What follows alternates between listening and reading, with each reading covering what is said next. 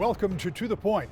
In Lansing, there's a lot of movement on a number of fronts with individual legislators working on priorities while they collectively try to decide how to appropriate billions of dollars in both state and federal revenue still at their disposal. The governor, meanwhile, has suggested anyone with auto insurance should get a refund. We talked with Kalamazoo Democratic Senator Sean McCann about that and what else he would like to see done in the rest of this year. Senator, we've got a lot to talk about in a short period of time. I want to start with the amount of money that is still left for you and your colleagues to appropriate. It is in the billions. Some of it's earmarked, some of it's got some strings attached.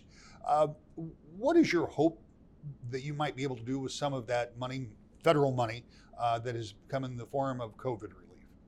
Yeah, my hope is that we can repeat the great feat that the legislature and the governor accomplished with both the school aid fund budget, which was completed back in June of last year, and the general fund budget, which was completed in the end of September, which was that there was a bipartisan agreement, it's shared governance, and everybody came to the table and figured out how to spend the dollars. So stay with me here for just a second. We funded the schools at a record level back in June, and then we had a really excellent general fund budget that took care of everyone's priorities. So now we have the chance, I think, to carry that forward and do the same kind of behavior, do the same kind of work with the ARPA funds, the American Rescue Plan dollars intended for COVID relief.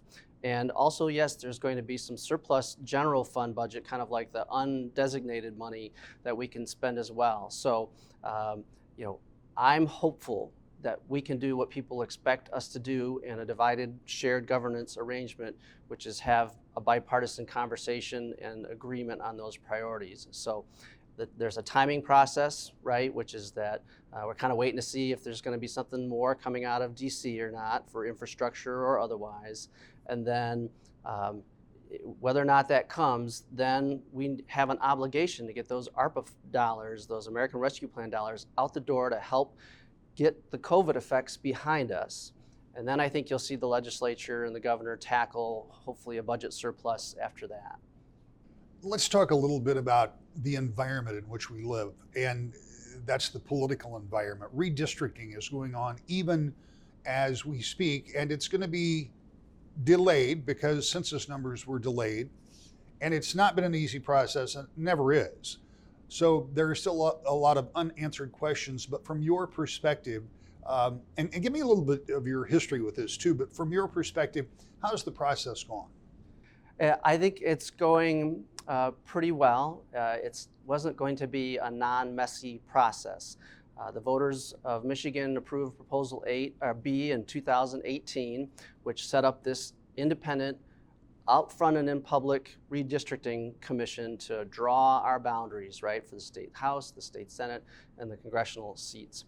And they've done that. They've been delayed. The census delay hasn't helped. But this was about, and always is about, fair elections. And what voters rejected in 2018 was the status quo, which was gerrymandering done behind closed doors, deals being cut behind closed doors, and whoever happened to be in power gets to have all the fruits of the outcome and set the districts up the way they want to protect incumbents, to protect a majority in the legislature so that they can get things done, even if it runs against the will of the voters. And that was what was so great about Prop 2 of 2018 was the voters of Michigan said, we don't want it like that anymore.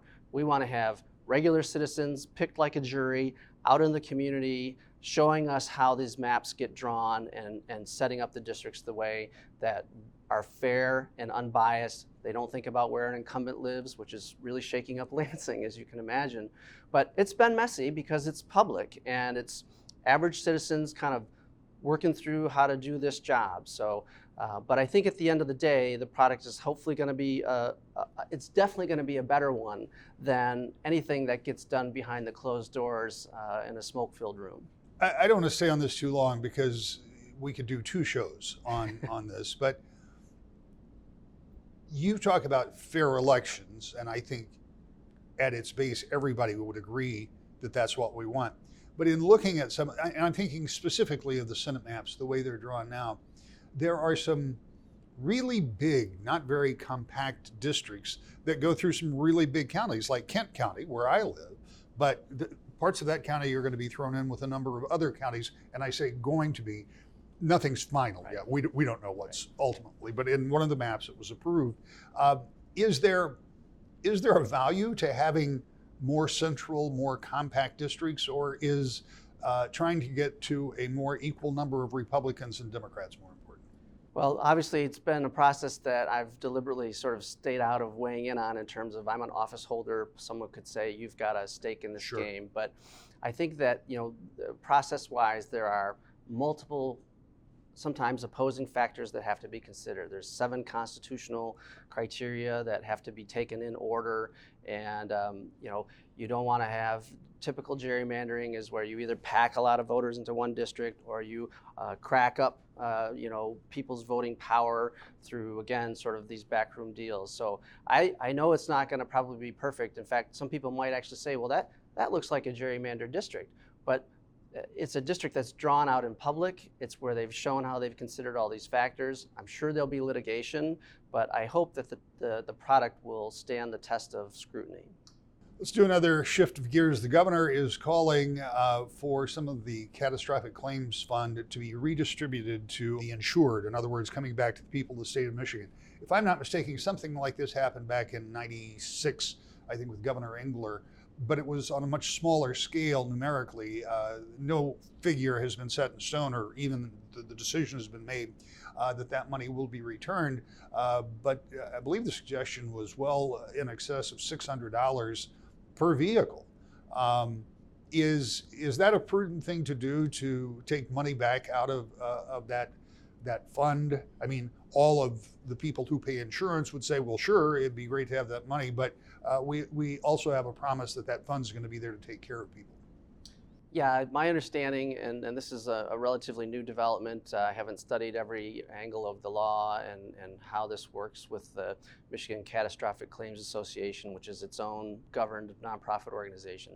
But I like the idea that if there's a surplus and there's a law that compels overage that's beyond what is needed to cover catastrophic claims and people with severe accidents, that comes back to the insured, the policyholders, the citizens that are driving their cars. Because I think what the governor is saying here, and again, I haven't studied it deeply, is that this is part of the auto insurance reform that was passed in 2019, and this is another piece where we're trying to lower auto insurance costs for drivers in Michigan. So I hear from a lot of citizens about trying to pick apart their policies and figure out where the savings is at. And it's different for everybody because you can set different coverages and things like that. But in terms of the MCCA, the charge has already come down, the 6-month per policy charge. And I think it looks like, because of market conditions and less claims. We had a real drop in claims during the COVID time when everyone wasn't driving, that a refund of some kind looks in order, and the bigger the better. Coming more locally, the WMU School of Medicine wants to embark on an interesting study, and you're trying to help with that. Talk about that. Thank you. So yeah, this is an attempt to put a tool in the toolbox for preventing opioid overdose deaths.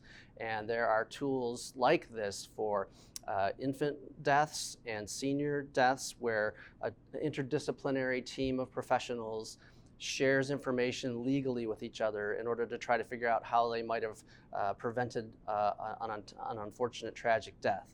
Same kind of format that we want to see for opioid overdoses, and that is just not a legally allowed process at this time that protects confidentiality and protects a team of people working together to try to prevent opioid overdoses. So something tragic happens, this would give folks the chance to review that and figure out, can we interdict a new strain of opioid substance in the community that's harming people, and can we get ahead of it with law enforcement, but not necessarily punish the family of the people who have had a loved one pass away. So that's, and they came to us. The WMU Med School came to me and said, can you draft this? And I think it's a great nonpartisan piece of legislation, tool in the toolbox. We need it. Finally, something that I hear about relatively often, and that is the bottle bills in the state of Michigan. They are not universally loved, but There are certain folks who will point to the edge of the road and say that they have done a large part of what they were intended to do. You would like to see that expanded. Tell me how and why.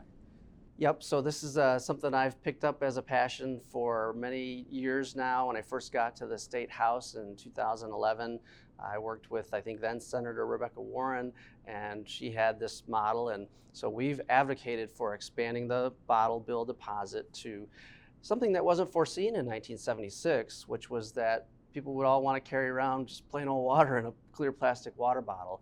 And that exploded, and obviously is something that, amongst other containers for beverages, is the number one reason I think that this deposit on containers should be expanded. A dime on clear plastic water bottles and other containers, but that would pull that back into the recycling stream that is missing it right now, because we get the cans and we get the bottles, but we don't get the plastic water bottles. And my bill would keep that conversation alive. I don't know that I expect it to come necessarily out of the legislature. It might have to become a petition initiative, which was how the 1976 law was enacted. But I'm going to advocate for it, and I think it's the right thing to do. When we come back, a Republican senator talks about what he wants to get done in the remaining session days in Lansing and why he questions the governor's call for that refund on auto insurance. That's next. To the Point. Welcome back to the Point. This week, Governor Whitmer called on the Michigan Catastrophic Claims Association to refund what she says amounts to overpayments to everyone in the state that has auto insurance. The board of that group voted to do just that only days later, though how much and when are not known. Republican Senator Aric Nesbitt from Lawton is all about the refund, but says it was already written into the reform that was signed just 2.5 years ago. Senator, the budget process is wrapped up, and normally this time of year, after the budget's put to bed and we've even had an off-year election, you'd be looking at working on some of those priorities for members, but there's still a lot of budgeting to be done because of the, and I always hesitate to say leftover money, but it is, in fact, there is some state revenue that is still there, and there's a lot of federal revenue that still has to be dealt with. And you were saying something interesting. This doesn't all have to be spent right now. You said some of the parameters are pretty broad. Yeah, I think that's important to realize is that there's a lot of money in the economy right now. Everybody's looking for people to work for them and employment. There's supply chain issues. You see that with ships that are waiting outside the coast of California and on the East Coast. And so how do you have the supply chain catch up? Inflation's rearing its head. Just go ahead and buy some bacon in the grocery store, try to buy a car. I mean, there's some real challenges that are out there. And so all these Biden bucks that came down back in the spring, I think a reminder to folks is they don't have to be spent right away. And if you are going to spend them, make sure you put it into real infrastructure such as water, wastewater, dams, roads, bridges, real broadband access to folks, things that you can actually see in 20, 30, 40 years from now instead of trying to just grow the size and scope of government. And I think that's a good reminder that's out there. There's also the state's running a surplus. We have about $1.8 billion state surplus from state dollars, and that's on top of the $500 million we put in the rainy day fund. So we topped up the rainy day fund, another $500 million from where it was at. I think it was around $1.2 billion, brought up to $1.7 billion. And so this is something where that lapsed money, we don't have to spend it. We can see how the economy goes. Because of these supply chain issues, we're seeing auto factories shut down. We're seeing some workers being furloughed because they can't get microchips. And so let's try to work through the supply chain issues and then try to do responsible budgeting as we go forward. One of the things that you mentioned in the infrastructure, kind of the list of things that you thought would be a good idea, is broadband. And you and I have had this conversation. I've had this conversation with most members on both sides that I've talked to ever since our children started trying to go to school during the pandemic. And it was really pointed out to us how even in a really short area, the broadband service can be dramatically different. You have passed a couple of bills in that vein. They've not been signed by the governor, What is it you're trying to do when it comes to broadband? So as I talk to local providers, small providers such as Bloomingdale Communication or Midwest Energy that have been on the forefront of trying to expand broadband and high-speed internet to rural areas, folks that don't have access, that don't have any access to high-speed internet, they say the number one issue is a government impediment called the personal property tax. And so they go ahead and they build out their systems, and then they have to pay a personal property tax the first year before they even have one customer. The second year they finally have it lit, they still don't have any customers. The third year they finally have maybe 1 out of 5 houses uptake, and they're paying a very high tax rate. And I'm just saying, don't charge people this high tax rate for the first few years when they actually build it out. Allow the company to build it out and actually have some customers before you start charging this tax. And as I talk to internet providers, high-speed internet providers, small local guys, like I said, Bloomingdale and Midwest Energy, they said that's the number one impediment for us to expand to unserved areas. I worked with Representative Beth Griffin in the House and Representative Mary Whiteford in the House, and we worked to get these bills passed. We got them to the governor's desk. The governor vetoed them, saying that the build-out speeds weren't high enough. So we went back, we passed the second set of bills, built them out to the speed. She said it, she vetoed again for an, again, unknown reason of why. So instead, she's created this new bureaucracy, Office of Broadband, and happy to have a conversation on what the intention of doing, but I want to see real shovels in the ground, real high-speed internet being brought out to houses around my district here in West Michigan or northern Michigan to make sure there's full adequate access that's out there. I had, throughout this pandemic over the last year and a half, I had teachers and bus drivers driving out assignments to kids in rural areas because they didn't have access, or parents having to drive their kids to the McDonald's to upload high-speed, upload their homework assignments. Right. And so it's a real access issue that's out there, both for the economy, for education, and for workers. Is that something, now I know that there's been this new office set up, but is that something that you and the governor and your legislative partners can sit down and come to some consensus? Because we saw that with the budget process. One perhaps somewhat cynical person who observes Lansing said, well, of course they got the budget done because there was enough money for everybody to get something they wanted. But to some degree, there was a bipartisan effort to get that budget done and to set priorities. Can you do the same thing with broadband? I hope so. The challenge with this administration with Governor Whitmer is that she brings out these broad goals of what's there, and you can't figure out who to actually negotiate in the administration. And so this is something where I'm going to continue to work. I've sat down with Lieutenant Governor Gilchrist a few times on this issue. Can't get specific responses on what they need out of this to be able to get this done. I think it's so critically important for our rural areas to actually have that same access that we see in some of our more urban areas and suburban areas. And so I've been very disappointed by, I think, the mismanagement of the opportunities that we have to be able to get things done, match it with some of these federal dollars, and push out some of these federal dollars to actually expand high-speed internet access to folks around West Michigan. You have a focus on rural areas because you represent a large area that is mostly rural. However, one of the things I think people don't quite understand when you live in the country, it's not just broadband you don't have access to. Natural gas is something else.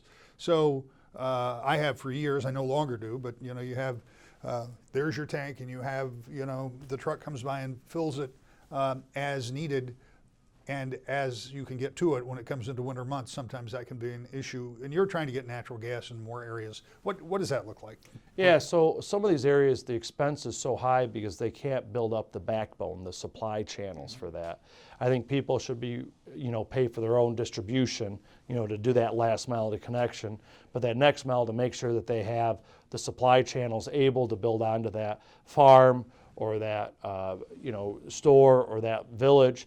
I remember a few years ago, I got a call from some folks out in the country that couldn't get a refill on their propane. It was a weekend, it was New Year's Eve weekend, and they had 2 small kids, and I went out and bought some heaters and took it to them. You don't have that issue with natural gas that's out there, and that's something where both the expense and the cost of it brings down the cost for your manufacturing facilities that are out in the country, brings down the cost for your farmers trying to dry, corn or soybeans this time of year, and then it also improves reliability. And so that's something where I know the House Appropriations Chair Thomas Albert has a real interest in that also. And so I'm really looking forward to trying to work to find a landing spot on this.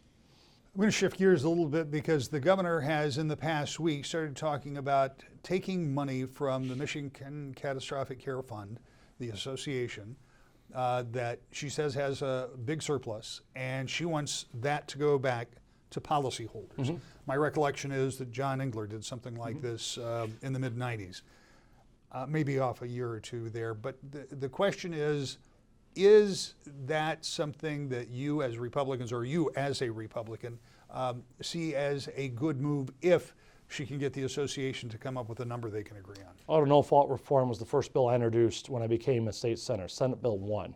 And included in that bill was ways to lower costs on health care, lower rates for drivers, provide choice for drivers, and limit lawsuit abuse as part of that. Within that bill that we passed in a bipartisan way and the governor signed nearly 2.5 years ago now, is within that there's a mechanism to return any of those surpluses from the MCCA, the Michigan Catastrophic Claims Assessment. That's that $85 a year you pay on every car that you have. It used to be $210, so it's already come down significantly, and drivers are seeing that savings here in Michigan.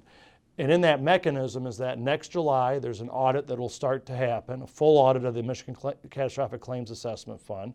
As part of that audit is that if there's over 120% funded, if that fund is over 120% funded, all that money on top of that would have to be refunded to the drivers here in the state. So the mechanism's already built in, and I think the governor's trying to use as a political campaign issue going into next year is putting something that this is something that the legislature's already passed, the governor's already signed, there's already a mechanism to make sure that drivers are protected in Michigan, and that drivers see the real relief that they deserve if there's any surplus. So there.